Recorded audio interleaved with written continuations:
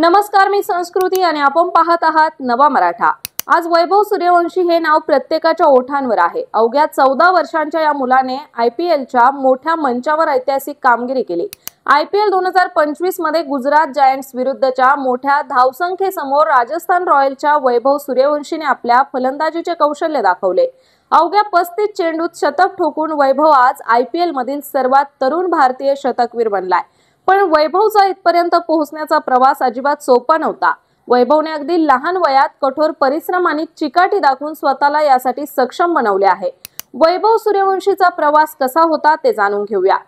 वैभव सूर्यवंशीला क्रिकेटच्या मैदानावर आणणारे त्याचे वडील संजीव सूर्यवंशी होते। बिहारमधील समस्तीपूर येथील रहिवासी संजीव यांचे स्वतःचे क्रिकेटर बनण्याचे स्वप्न होते, पण जेव्हा परिस्थितीने त्यांचे स्वप्न भंग केले तेव्हा त्यांनी ठरवले की तो त्याच्या मुलाच्या मार्गात कोणताही अडथळा येऊ देणार नाही। मग वडील आणि मुलाचे कष्ट सुरू झाले। पटना येथे नेट प्रॅक्टिस करत असताना वैभव फक्त 10 वर्षांचा असताना दररोज 600 चेंडू खेळायचा। 16 ते 17 वर्षाचे नेट गोलंदाज त्याला गोलंदाजी करायचे आणि वैभव या गोलंदाजासाठी दररोज 10 टिफिन आणायचा।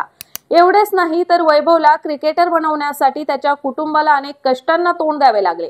आपल्या मुलाचे क्रिकेट खेळण्याचे स्वप्न पूर्ण करण्यासाठी सूर्यवंशी कुटुंबाने त्यांची जमीनही विकली। या कुटुंबाच्या यशासाठीच्या संघर्षाची कहाणी आता येणाऱ्या काळात क्रिकेटच्या दिग्गजांचा भाग असेल। हे देखील मनोरंजक आहे की वैभव सूर्यवंशीचा जन्म आयपीएल सुरू झाल्यानंतर 3 वर्षांनी म्हणजेच 2011 मध्ये झाला। आज तो क्रिस गेल नंतर आयपीएल मध्ये सर्वात जलद शतक करणारा दुसरा खेळाडू आहे।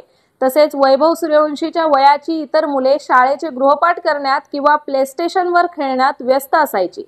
त्याच वेळी डावखुरा फलंदाज सूर्यवंशी मोहम्मद सिराज, इशांत शर्मा यांचे चेंडू मारत होता, ज्यांना एकूण 141 कसोटींचा अनुभव आहे। वैभवने ज्या पद्धतीने सिराजला लॉंग ऑनवर आणि इशांतने स्क्वेअर लेगवर मारले त्यावरून तो इतक्या लहान वयात किती परिपक्व आहे हे सिद्ध होते। तर अशाच माहितीपूर्ण बातम्यांसाठी चॅनलला सबस्क्राइब नक्की करा।